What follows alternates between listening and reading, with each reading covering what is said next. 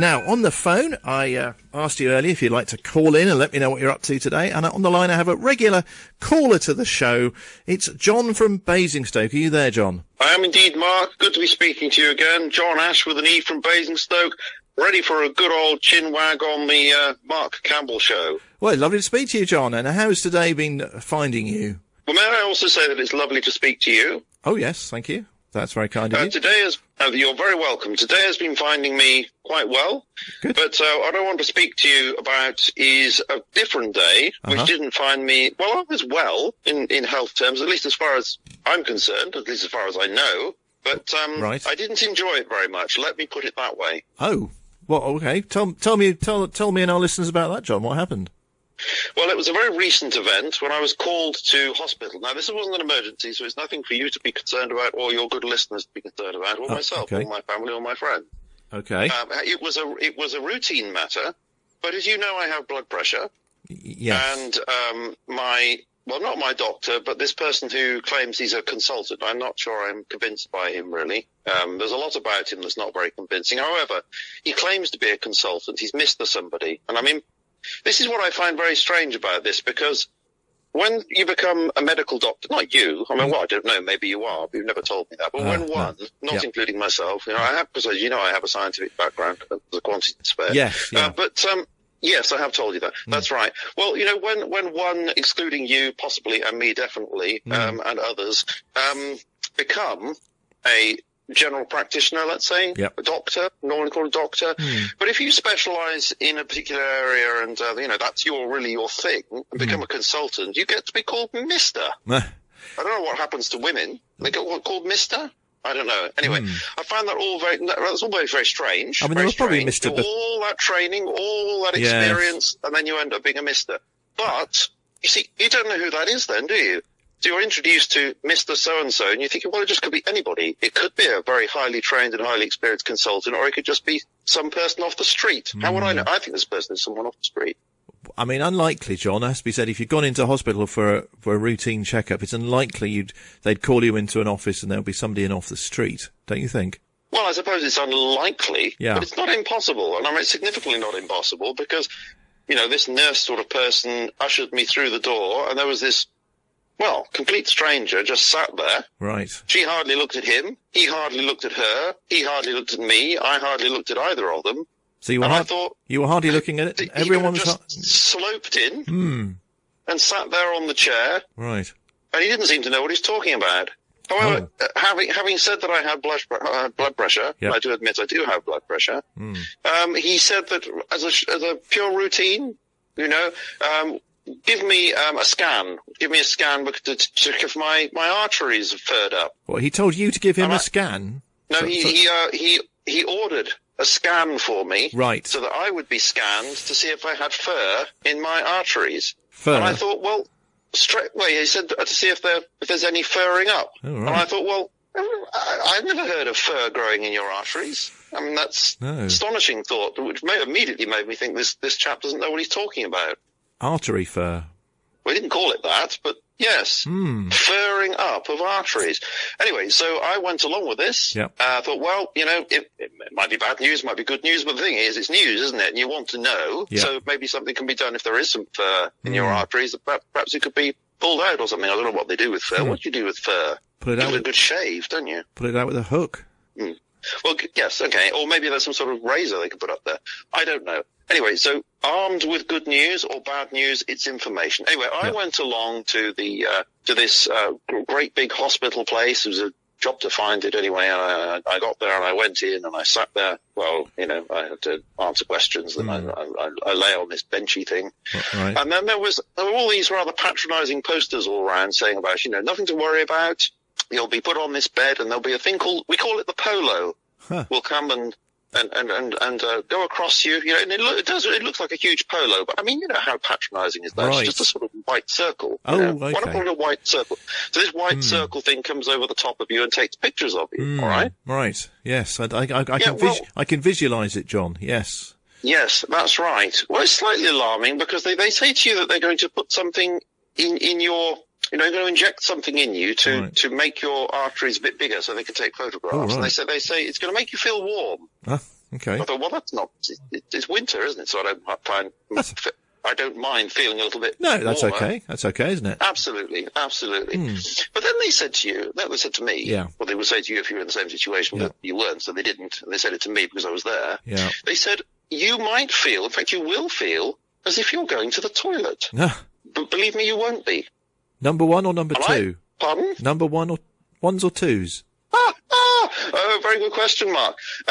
Well, number one, because yes, I won't say what they exactly said, but yes, that's what they said in different words. Okay. And I thought, well, how do you? Well, okay, I'll have this sensation. Yeah. I won't know what it is. How could they be sure that it wouldn't be? You know. So that worried me. I have to say that did worry me. Anyway, it proceeded as they said, and I felt warm, and that was quite nice. You know. Okay. Like wearing a scarf, sort of thing. Or like your hot water bottle. Like your hot water bottle. Hot water bottle, that's right. Hot water bottles all the way down. Yeah, yeah. And then it did, in fact, go down to... And it was not quite what they described, but the way they gave me to believe you'd have the sensation inside as if you were, doing a number one. Right. Okay. But it wasn't. No, it was the sensation as if you had done a number one and you ended up with rather warm pants. Now, that's true. It did feel like that. But, of course, at that moment, I thought to myself, aha, I know I'm not actually doing that because I don't have the inside sensation. Now, if they told me that, I wouldn't have worried about it, would I? Yeah. So it's almost like they sort of warned you that it might feel like someone else has done a number two in your pants. Number one, Mark.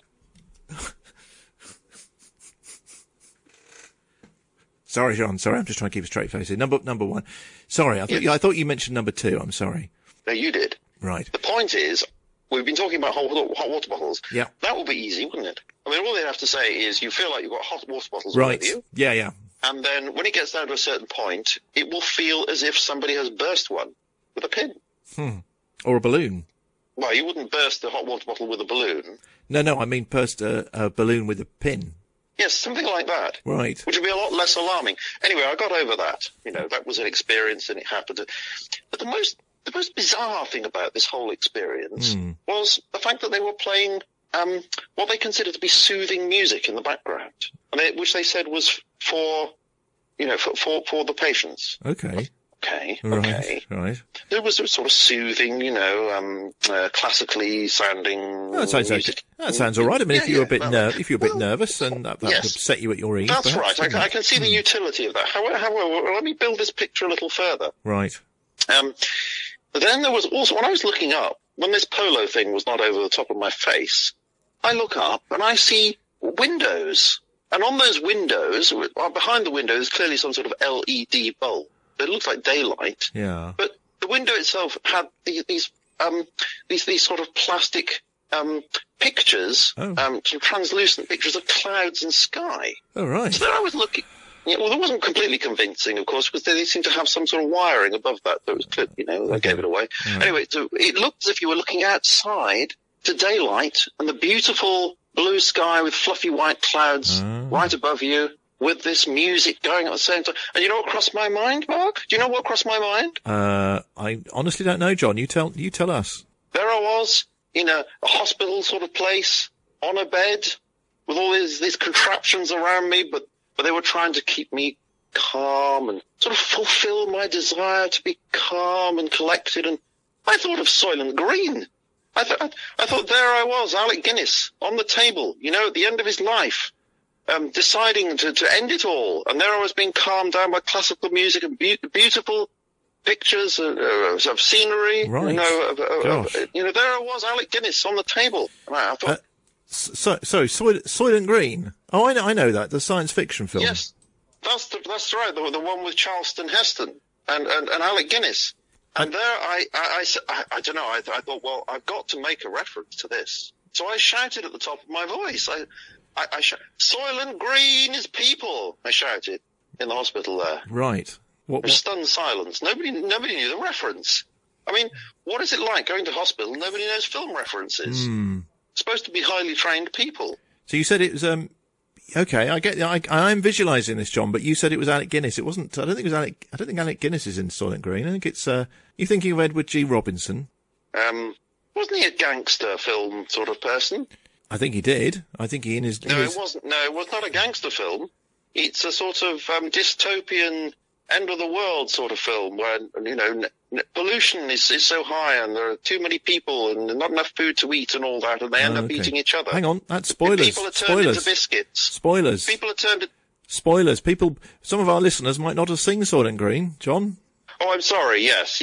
It's that sort of thing. It's a dystopian thing. Right. Yes, it's not a gangster thing at all. Okay. And it was, Charlton Heston was in it, and Charlton. Alec Guinness. Charlton. Yes, Charlton Heston, and I'm sure Alec Guinness was in it as well. And he was this man on the... You know, he'd gone to this sort of euthanasia place. Ooh, right. And he was there on this bed, and there was beautiful music. I think it was Beethoven being played. Okay. But the pastoral symphony with lots of scenes of countryside all fitted together. Now, this wasn't the pastoral symphony, but it was classically sort of sounding. Right. Okay.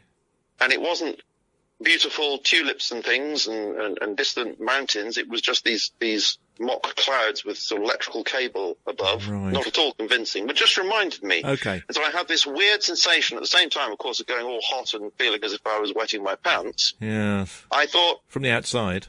This is... Yes, the outside.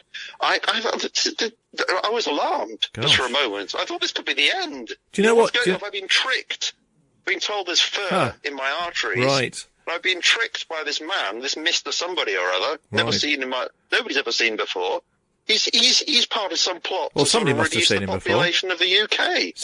Somebody's. I mean, I think the staff His must. wife has probably, or his son. Exactly. Was he married? I don't know. I don't know anything about him. I mean, what did they say when you, by the way, I think it's a Charlton Heston is Planet of the Apes, right? We're talking about Charlton Heston, aren't we? Not Charleston. I'm not talking about Planet of the Apes, Mark. It's a film called Soylent Green. Okay. And it's about this man in a spaceship who goes forward into, hold on, that is Planet of the Apes. No, I'm talking about, Soylent Green, which is about biscuits. Biscuits. Okay. Well, it's about, it's a dystopian biscuit advert, effectively. Right. And what did, yes. Yes. With cannibalism. And that's... Sorry, I'm spoiling it now. I'm spoiling it now. That's right. But people, euthanasia, and that's what I thought. Have I been tricked into this situation by this man that nobody's ever seen before? And, this could be the end. So I shouted out this iconic phrase from the film. And none of them, all these highly trained people, the radiographers and nurses and doctors and things, didn't bat an eyelid. They just thought I was off my head. They didn't get the reference. Oh, well, they might have done. At that moment, I thought, well, actually, maybe I'm okay. Because, if this was going on, they'd have heard that phrase many times and there'd have been some recognition. There's no recognition. Okay. I mean, there's a brain cell between these lot, to be honest. How many people were in the room then, John? 5. So all 5 of them? Okay. Including myself. Oh, so a 4. Doctor, 4 plus you. So 4 medical people. 4 plus me. Yeah. Yes. And none of them said, oh, that's Soylent Green. None of them had any recognition whatsoever. And it was also multi-ethnic. So you'd think there'd be, different cultural backgrounds. At least one of them would have picked up on this. There were 2 black people in the room, and there were 2 white people in the room, and there were 2 women, and there were 2 men. And so you think across all those sort of multi-ethnic, multi-gender experiences of life. What about ages, though, John? What about ages, though, John? Because the film came out in the 70s, didn't it? So you'd probably have to be in your 50s, 60s I mean, if you're younger, so say in your 40s, you might not be aware of it. Well, I would think one of them was in his 50s. So I suppose that cuts the chances down. Yeah. I suppose so. I suppose, but then again, if there were all kinds of, I think, I can't be the only, but you see, you've got to take into account people who go in and have this experience and look up there and see the clouds. There must be plenty of people. In fact, I think the prime age for people going in and having fur checked is going to be people in their 50s and 60s. Well, they're going to, most of those people, or a high proportion of those people, have seen Soylent Green, and and those who've got presence of mind will be saying Soylent Green is people. And then these inquisitive, highly trained people, throughout this career of seeing so many, I don't know, dozens of people each week, they'll be saying to themselves and to each other, I wonder what that means. Let's go and check on Wikipedia. Yeah, but perhaps, John... if they've got any sense, they wouldn't go there. No, but go to somewhere, Encyclopedia Britannica, let's say, and find out what does that mean. And then they find out what that means and watch it and go, oh, yes. But I mean, perhaps it could be, John, that let's take your scientific argument for a moment, and imagine that's been there for I don't know how long, a decade, perhaps. They've had that thing, that scanner, and so they've had hundreds and hundreds of people, possibly thousands, and say half of them have gone, oh, it's Soylent Green is people, and perhaps they're just so used to it, John, so used to it, they don't bat an eyelid. Have you thought of that? Well, I haven't thought of that, but I am thinking about it now. Right. But I'm continuing on with this scientific analysis that we're engaged in, and I'm thinking to myself, well, these are medical people. They're supposed to, at least, well, he started off, one of them started off by, patting me on the shoulder and telling me to relax, not worry, all right? So then a few minutes later, I'm shouting at the top of my voice, Soylent Green is people, yes, suggesting that I'm about to lose my life and that they're all involved in some heinous plot to remove me shuffle off my mortal coil for me. Yeah. Oh, and they don't react. And surely their job at that moment is to say, oh, no, don't worry. Lots of people say that. It's not anything to worry about, really. Okay. You'll be out of here in a minute, Not in a box, but going through the door. So just for a moment there, you actually thought you were inside that big polo, and you thought they were going to turn you into biscuits and eat you? The thought did cross my mind, yes. Even with soiled pants?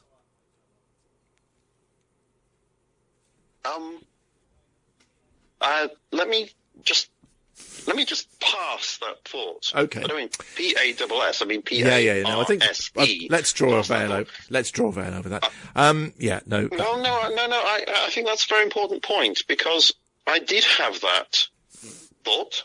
Yeah. But my pants were actually dry. You see, because it was just the sensation. Yes, okay. So even if they had eaten the biscuits, they wouldn't have tasted anything. Okay. No, I mean, exactly. So what happened after you shouted that? Was there sort of an embarrassed silence, and then they said thanks very much, we'll give you the results next week, sort of thing? Was there any acknowledgement? That's exactly what it was. No acknowledgement. It's as if I'd not spoken. Well, as if I'd not shouted. Yeah. Which was highly embarrassing. I mean, I was relieved that I was going to be okay. Yeah. Not going out in a box. Yeah. But yes, highly embarrassing. Right. I felt that small. Yeah. Well, how small? You don't know how. No. Well, small. What are you doing? Well, I'm taking my thumb and my forefinger, and I'm putting them close together about the diameter of a polo. Okay. Yeah. A real polo rather than the polo that you went in. Yeah, absolutely. Yeah, I don't think I can. Let me just try. No, I can't. No. Get my finger and thumb that far apart. Well, okay. Well, let's cross fingers that the scan is okay and they don't reveal any fur. Let us know about the fur, if that's all right. Keep us informed. Well, now, fur-wise. Am I allowed to say any more about that? You can. Right. Well, the man who in his 50s. It was a long time. And I wonder what was going on, really. Anyway, it was a long time, and then he came back. Yeah. And he said the doctor, about 35, I should think. He was the guy who patted me on the shoulder, telling me to relax. Yeah. And I said something like, "Well, easily said, not easily done." And he was very friendly, chuckled and all that with me. Anyway, he had a look at my scan, and then he reported to this man in his 50s, who was a radiographer type person, came over, didn't say anything about Soylent Green, right? But he said to me, it's clear. Now, well, it was clear, but he wasn't clear. It wasn't clear that whether he was talking about my arteries being clear of fur or the image being clear. It wasn't clear at all. Right. Well, I don't know what was clear. But he did say there's one little bit. He said, it's clear, the artery's clear there. And he was specific about this bit. He said, the artery's clear there. Then there's a bit we can't see. And then the artery's clear afterwards. And I thought, well, at least that bit's all right, except the bit they can't see in the middle. And he said, but the chances of that bit being a problem, not very likely, because it's clear either side, you see. Right. You see what I mean? Yeah, I do. Right? Yeah. He said, but they might call you back for that. And I thought, what? Call me back? So basically what he's saying, if I've got this right, is that there could be a bit of fur stuck in that bit between a clear stretch of artery and then another stretch of artery. This tiny little bit in the middle, and there's a bit of fur stuck there. And it just happens that that's the bit they didn't get a clear image of. Oh, dear. I mean, that's pretty odd as well, don't you think? Yeah. Well, perhaps they're just saying that to get you back in that polo again. They don't like the fact that you shouted Soylent Green as people. That's a thought. Well, it's data, isn't it? I want to know. Yeah. Don't have to go back. Okay. I don't have to see that supposed consultant again. If I see, I'm going to challenge him. if I see him next time. Right. Challenge him. Mr. So-and-so. What was his I'll say to him... Is that his name? What was his name? Actually, don't tell me his name. I can't even remember it. Right. He was a locum. It said he was a locum as well. Right. So he's somebody off the street who's a stand-in. So if I see him next time, I'll say, tell me, where did you train? Okay. Tell me, which school did you go to? I'll try and catch him out, Okay. Well, all right, John, if you think that's going to make you... If that's going to make you happy, that's fine. But I mean, this is hospital radio, so I feel I have to say that the staff here at Down Valley are absolutely brilliant, and all NHS staff are doing their jobs wonderfully. So I hope that you won't be able to catch him out, and you'll be satisfied with his credentials. How about that? Absolutely. Well, I'm not saying anything about any. It wasn't your hospital. No. And I'm not saying he's NHS. I'm thinking he's an imposter. Right. That's what I'm thinking. What, he could be somebody who's come off the street. Yeah. And just walked in because he's called Mr. So-and-so. Yeah. So I'm expressly saying he's not a trained person. He's not a member of the NHS. Is he the one who's criticising the NHS? No. I'm criticising Joe Bloggs, who comes off the street and pretends to be a consultant. Is he the one who said that you might wet your pants? No, that was the people in the radiography department. Right. Okay. Look, he's the guy who said I might have fur in my veins, which I find highly, well, very odd, isn't it? I would have fur in my veins. There we are. Well, look, John, let us know how that goes, and interesting experience you've had there, I feel, and possibly an interesting experience the other people in the room had when you shouted it out. Is there Didn't seem to be for them. No, I guess do you know, John? I bet they've seen it all. They've seen and heard it all. Well, maybe. Is there a particular patronised by it? Yeah. Is there a particular song you want us to play, John? Yes, there is actually, because we've been talking about Charleston Heston. I would actually quite like to have the Charleston, which is, coincidentally the same name, but it crossed my mind. Charlton. And Charlton Heston. I would say... Charlton. No, the Charleston, it's called. I'd rather like to have. Right. And I would say I used to dance to the Sea Young Man. Of course, I did, but not when it first came out. Because it came out, I think, in the 1920s, didn't it? When I wasn't a young man. Okay. Well, I wasn't around at all. No. But it's been around ever since, and I do remember as a young man dancing to it at various sort of amusing parties, alongside the Birdies song, and what's that one where everybody goes in and out and shake it all about? The Okey Cokey? Yeah. Not that one. I don't want that. Right. I can't bear it. No, I've heard it so many times. All right. Well, look, we've got the Charleston on for you here. We found the Charleston after you mentioned that. It's on here. Would you like to give a shout out to anybody for this Charleston? Well, yes. How about, because I enjoyed his film so much, can I dedicate it to the late great Charleston Heston? Charlton. I want the Charleston, please, Mark. Right. Okay, John. All right. Well, look, we'll get that on for you now, the Charleston. It's lovely to speak to you, John, and do keep us let us know how that goes. Keep us informed about your fur. Absolutely. Yes, if there's any fur, you'll be the first to know. Thank you very much, John. Well, lovely to speak to you, John. Fascinating as ever, and hopefully speak to you next week. Absolutely. Great show. Enjoy it very much. Always nice to have a chin wag. Bye-bye. Bye-bye, John.